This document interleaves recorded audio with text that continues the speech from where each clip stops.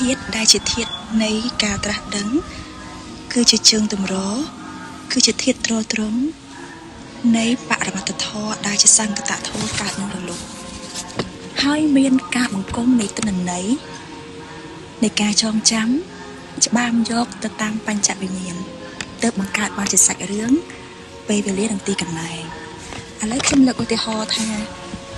រូបផ្កាមួយផ្ទាំងនេះមុននឹងចេញជារូបផ្កានេះគឺយើងត្រូវមានផ្ទាំងសម្ពុតមានពណ៌មានជក់តែដោយសារថាយើងមើលភ្នែក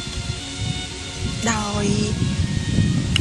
ចក្ខុប្រសាទមានន័យថាមើលនឹងភ្នែកទទេមិនមែនមើលដោយធម្មចក្ខុអញ្ចឹងយើងឃើញមកថាគំនូរផ្កាមួយផ្ទាំងប៉ុន្តែក្នុងខណៈនេះអត់មានផ្កានេះទេមានតែពណ៌ជក់និងផ្ទាំងសម្ពុតយ៉ាងណាមិញអរិយសច្ចធាតុនៅក្នុងខណៈនេះក៏ដូចគ្នាអត់មានទម្រង់ទេប៉ុន្តែប្រកបអង្គ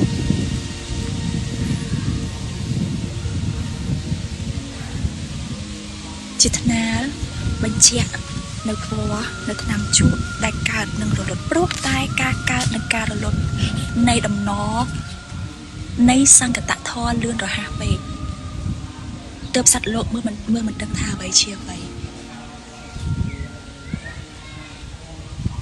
សម្គាល់ថាមានខ្ញុំមានអ្នកមានជួបមានប្រវត្តិមានកើតមានស្លាប់